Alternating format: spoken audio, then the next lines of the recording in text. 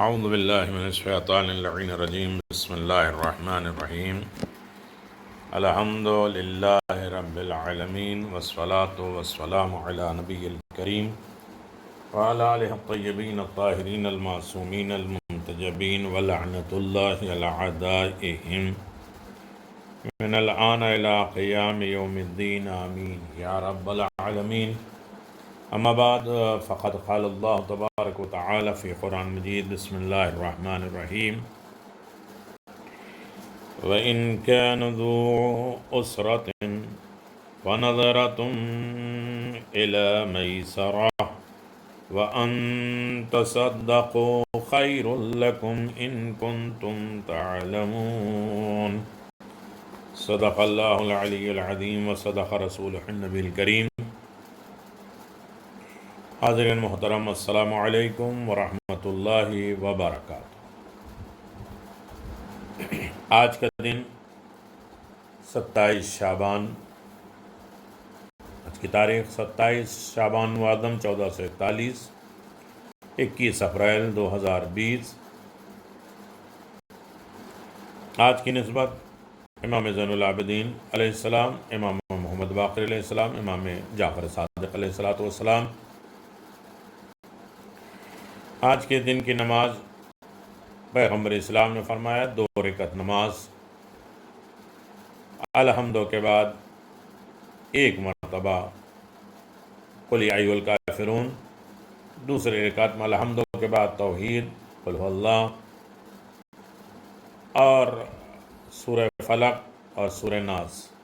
2 رکعت نماز پڑھتا ہوں یا پڑھتی ہوں قربتاً الی اللہ، الحمدو کے بعد کافرون 1 مرتبہ، توحید 1 مرتبہ، سورہ فلق 1 مرتبہ، سورہ ناس 1 مرتبہ، اسی طرح دوسری رکعت بھی پڑھنا ہے۔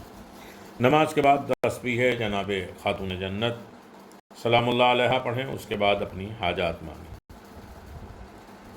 دوسری نماز 11ویں امام حسن عسکری علیہ السلام نے فرمایا کہ جو شخص آج کے دن 6 رکعت نماز پڑھے، ہر رکعت میں سورہ حمد کے بعد سورہ بقرہ کی آیت نمبر 285 اور 286، 285 286 نمبر کی آیت پڑھے گا، اور ساتھ میں سورہ زلزال بھی پڑھے گا، تو اللہ تبارک و تعالیٰ اس کے نماز پڑھنے والے کے تمام گناہ معاف کر دے گا، اور وہ گناہوں سے اس طرح دور ہو جائے گا جیسے ماں کے پیٹ سے نکلا۔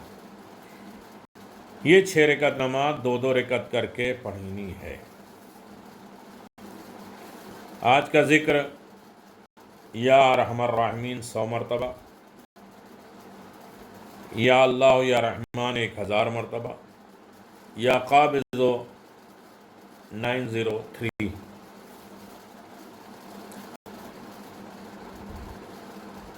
903 مرتبہ۔ آج کا پیغام ابو جعفر مولانا امام محمد باقر علیہ السلام فرماتے ہیں، جب اللہ تعالیٰ کسی بندے کو دوست رکھتا ہے تو اس کی طرف دیکھتا ہے تو اس کو 3 چیزوں میں سے کوئی نہ کوئی ایک چیز تحفے میں دے دیتا ہے۔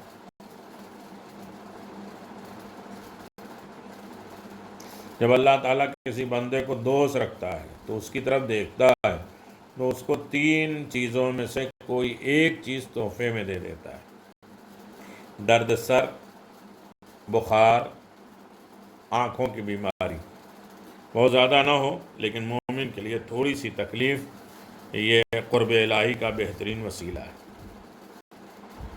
اللہ ان تمام بیماریوں سے محفوظ رکھے۔ یقیناً پروردگار کسی چیز کی اسٹیم نہیں ہو، بہت زیادہ سر میں درد نہ ہو، بہت زیادہ بخار نہ ہو، اور بہت زیادہ آنکھیں خراب نہ ہوں۔ اس دور اس بلا میں اللہ ان تینوں چیزوں کو محفوظ رکھے، اور یقیناً اللہ پلک جھپکتے ہوئے امتحان لیتا ہے، بہت لمبا نہیں لیتا ہے۔ آج کا عمل، آج کے دن اپنے جائز حاجات کے پورے کے لیے نماز کے بعد 25 مرتبہ اللہم صلی علی علی ابن الحسین، اللہم صلی علی محمد ابن علی، اللہم صلی علی جعفر ابن محمد، یہ 25 مرتبہ پڑھنا ہے۔ اب رہا کہ 280 نمبر کی آیت میں اللہ تبارک و تعالیٰ اعلان فرماتا ہے صدقے کی بات آئی، سود کی بات آئی، دیگر اور چیزوں کی باتیں آئیں۔ اب اللہ تبارک و تعالیٰ کہتا ہے اور اگر مقروض قرض ادا کرنے کی طاقت نہیں رکھتا تو اسے اتنی مہلت دو کہ وہ ایسا کر سکے کہ وہ قرض ادا کر سکے، اور اگر وہ بالکل ادا کرنے کی طاقت ہی نہیں رکھتا تو بخش دو، معاف کر دو تو بہتر ہے۔ اگر تم اس کام کے فائدے سے آگاہ ہوتے تو فوراً تم معاف کر دو۔ اللہ اکبر، یہ اعلان پروردگار ہے۔ آیت میں اس سے پہلے سود کے بغیر، یعنی ایک سود کے ساتھ قرضہ دینا، ایک سود کے بغیر اصل سرمایہ طلب کرنے کا حق ہے۔ جس نے قرضہ دیا ہے اس کے مانگنے کا حق ہے۔ اس آیت میں مقروض کا ایک حق بیان کیا گیا ہے کہ اگر وہ اپنا قرض ادا کرنے سے عاجز ہو، مجبور ہو، تو نہ صرف یہ کہ زمانے جاہلیت کے رسم کے مطابق اس پر نیا سود لگا دیا جائے، بیاض لگا دیا جائے کہ اس نے قرضہ نہیں دیا اس تاریخ تک تو بیاض لگا دو، اور انہیں ستایا نہ جائے، بلکہ اصل قرضے کی ادائیگی پر بھی انہیں مہلت دی جائے، ٹائم دیا جائے، فرصت دیا جائے، تاکہ وہ واپس کر سکنے کے قابل ہوں، اس وقت لوٹا سکیں جب ان کے پاس ہو جائے۔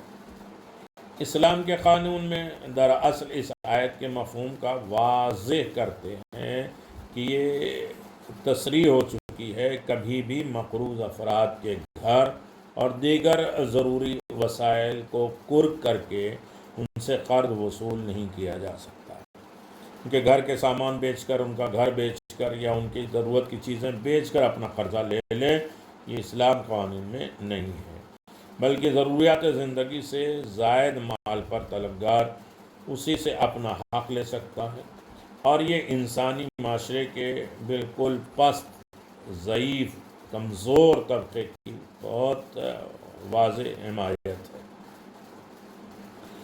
قرآن کہتا ہے ان تصدقوا خیر لکم ان کنتم تعلمون۔ اسی سے بھی آگے بڑھ کر فرمایا قرآن نے کہ اگر مقروض اپنا قرض ادا کرنے سے واقعاً بالکل عاجز ہو تو بہتر ہے کہ قرض دینے والا ایک عظیم تر انسانی قدم اٹھائے اور اپنے مال سے صرف نظر کر لے، اور یہ اس کے لیے ہر لحاظ سے بہتر ہے اور انسانی ہمدردی کا بھی اچھا مظہر ہے۔ جو شخص اس عمل خیر کے فوائد سے آگاہ ہو جائے وہ واقعیت کی تصدیق کرتا ہے۔ یقیناً اسے معاف کر دو یا تصدق کر دو، صدقہ سمجھ لو کہ اس کی کار خیر آ جائے، نیک آ جائے۔ آیت کے نزول کے زمانے میں یہ طریقہ رائج تھا کہ قرض کی ادائیگی میں ہر وقت ممکن ہو تو مزید مہلت دینے کے لیے سود میں اضافہ کر دیا جاتا ہے۔ ایک سال میں تم نے نہیں دیا ہے تو اب 100 روپے بڑھا دیا، دوسرے سال نہیں دیا ہے تو 200 بڑھا دیا۔ اسلامی نظام میں قرض کی ادائیگی ممکن نہ ہونے کی صورت میں مہلت مل جائے گی، اس مہلت کے بدلے میں کوئی اضافہ اور زیادہ مال نہیں لیا جائے گا۔ سود کھانے والے کو قتل کر دیا جائے۔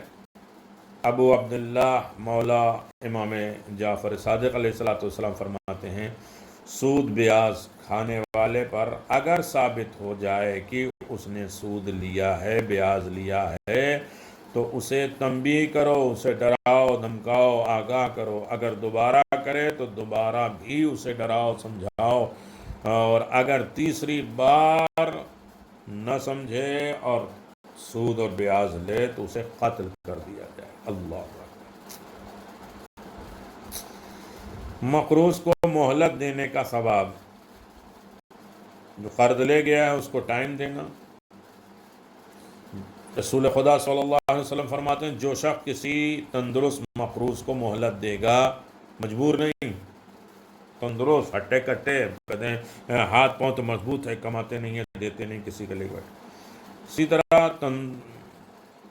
تندرست کو بھی اگر دیا جائے تب بھی، لیکن پیغمبر اسلام فرماتے ہیں کہ جو شخص کسی تنگ دست مقروض کو مہلت دے گا جس کے پاس کچھ بھی نہیں ہے، تو اللہ تبارک و تعالیٰ کے نزدیک اس کا وہ روپیہ، وہ پیسہ ہر روز کا صدقہ اور خیرات شمار کیا جائے گا، اللہ نیک میں اسے لکھائے گا۔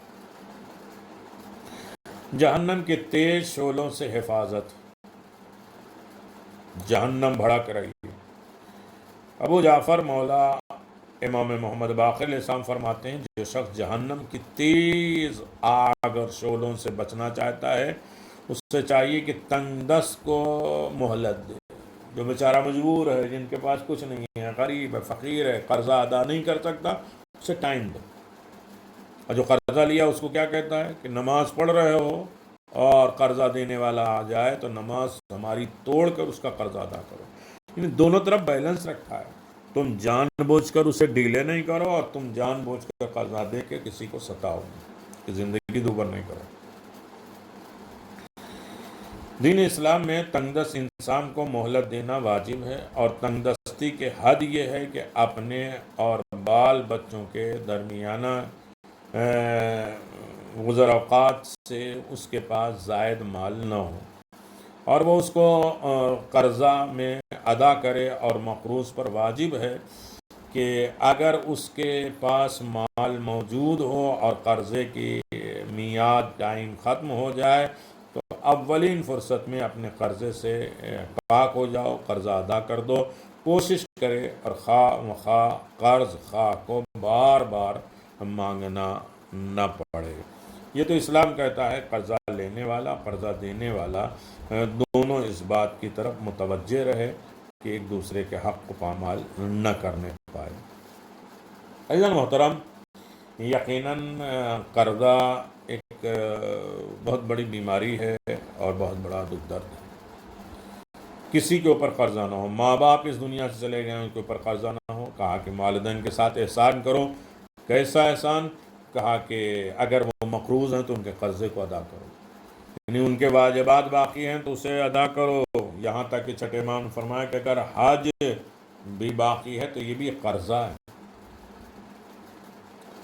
تو جب تک والدین کا قرضہ نہ ادا کرو، ان کے واجب نماز، روزہ، دعائیں اور جو چیزیں ہیں ان کو پورا کرو تاکہ تمہارا جو ہے وہ مسئلہ آسان ہو سکے اور تم قرضہ ادا کرنے والوں میں شمار کیے جا سکو۔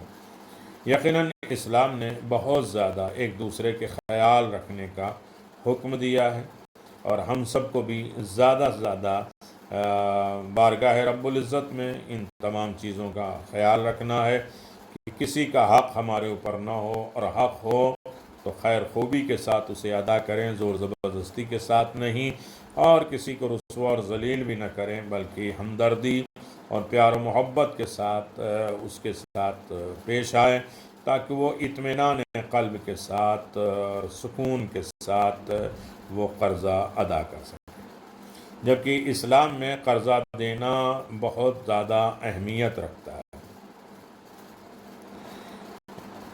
کچھ چیزیں میں نے آپ کی خدمت میں پڑھا تھا اور کچھ چیزیں آپ کی خدمت میں بیان کر دیتا ہوں تاکہ یقیناً بارگاہ رب العزت میں ہم کبھی بھی رسوا اور ذلیل نہ ہوں۔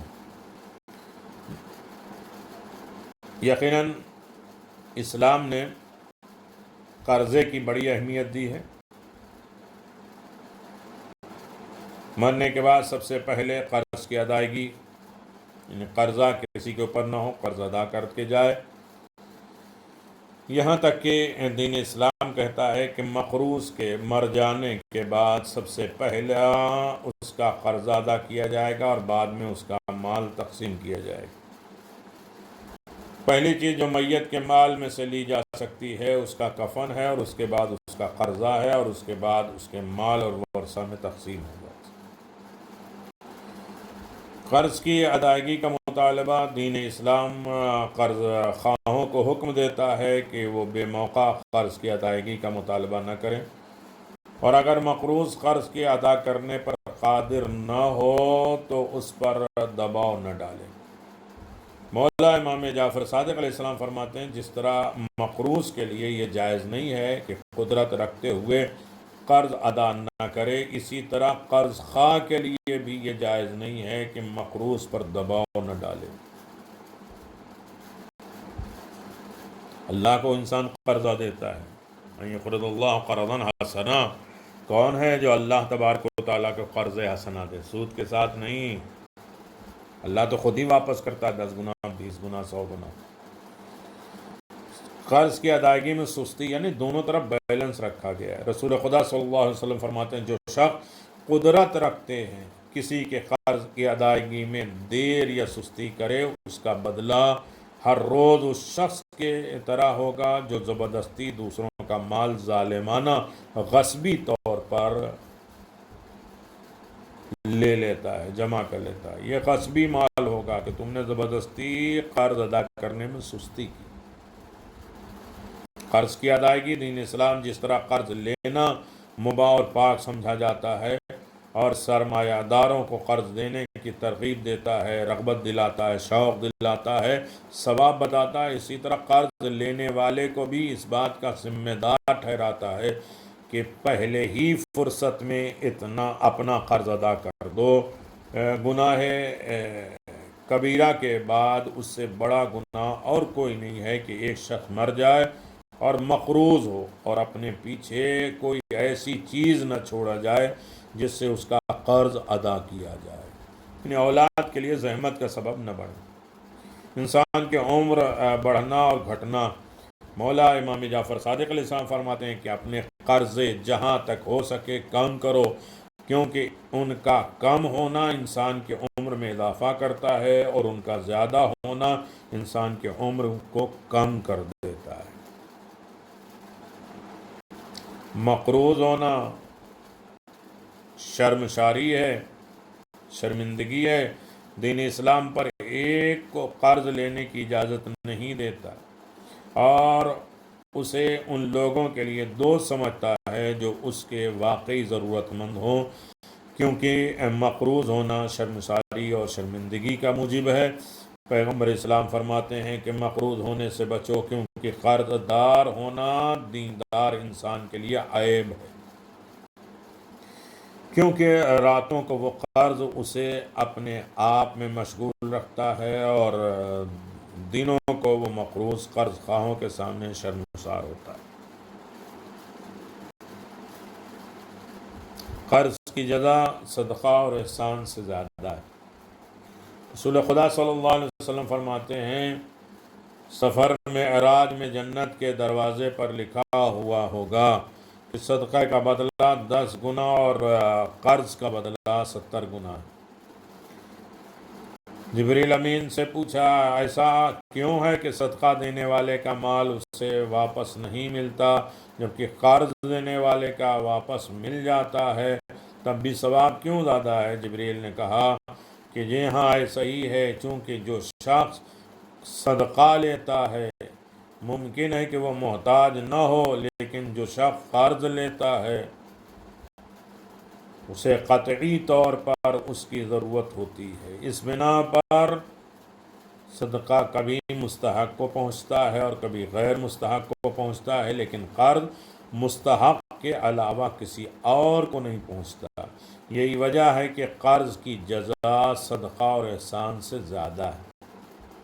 2-4 مثالیں اس سے پہلے کے کلپ میں نے قرض کے سلسلے میں بیان کی تھی اور اسے دوبارہ کچھ جملے کو ریپیٹ کر دیا گیا ہے تاکہ بار بار تذکرہ کریں اور یاد دہانی کریں تو یقیناً ہم اس کی طرف متوجہ ہوں گے۔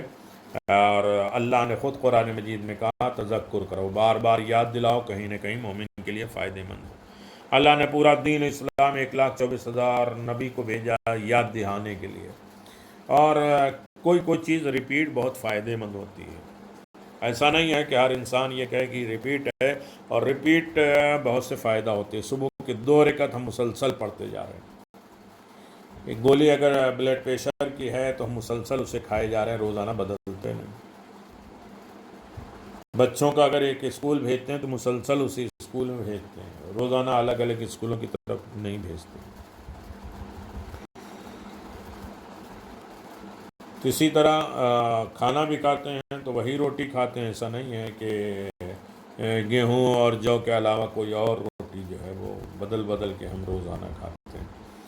تو کبھی کبھی تذکرہ اور یاد دہانی تذکر بار بار ریپیٹیڈ چیزیں بہت زیادہ فائدہ مند ہوتی ہیں۔ خداوند عالم سے دعا ہے کہ اللہ بحق زہرا و ابی و بالہا ہماری اس کوشش کو انجام تک پہنچے۔ اور یہ جملہ جو اسکرین پہ آپ دیکھ رہے ہیں، زندگی گزارنے کے دو طریقے ہیں، دو اصول ہیں۔ جو پسند ہے اسے حاصل کر لو، یا جو حاصل ہے اسے پسند کر لو۔ جو تمہیں پسند ہے وہ محنت کر کے لے لو، یا نہیں کر سکتے تو جو تمہارے پاس ہے اسے پسند کر لو۔ ہمیں ہمیشہ دوسروں کے پلیٹ، دوسروں کی زندگیاں بڑی اچھی لگتی ہیں۔ ہمارے پاس جو کچھ بھی ہے اللہ کا شکر ادا کریں، اسے پسند کر لو۔ یا آپ کے پاس بڑی ہمت و طاقت ہے تو جو نہیں ہے اسے کوشش کر کے حاصل کر لو، نہ صدقہ خیرات سے، نہ قرض اور معاملات سے، بلکہ اپنی محنتوں کے ساتھ اسے حاصل کر لو جو تمہیں پسند ہے۔ اور نہیں کر سکتے تو جو تمہارے پاس ہے اسی کو پسند کر لو۔ اللہ اکبر۔ اللہ ہم سب کو بہترین اجر و ثواب عنایت فرمائے۔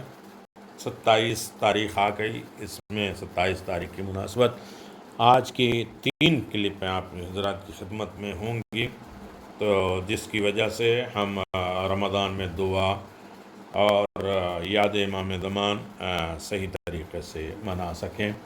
آخر میں دعا ہے کہ اللہ ہمارے سب یہ سعادت اور محنت اور زحمتوں کو قبول فرمائے اور اس کا بہترین اجر و ثواب دے، اور مومنین کے لیے اسے بھی برکت قرار دے، نصیحت کا ذریعہ قرار دے۔ اور جن مومنین نے دعاؤں کے حکم دیا ہے اللہ ان کی دعاؤں کو قبول فرمائے۔ جن مومنین نے اپنے مرحومین کے نام دیے ہیں پروردگار ان کے درجات بلند کرے۔ دوسری کلپ میں نے نام بتائے، پڑھے، اور یقیناً آپ نے اس کے لیے اعمال بھی کیے ہوں گے، سورہ بھی پڑھا ہوگا، اور یقیناً امید ہے کہ ان کے لیے دعائے خیر بھی کیا ہوگا، مغفرت کی دعا بھی کی ہوگی۔ وآخر دعوانا ان الحمدللہ رب العالمین وصلی اللہ علی محمد وعلی محمد وعجل فرجہ۔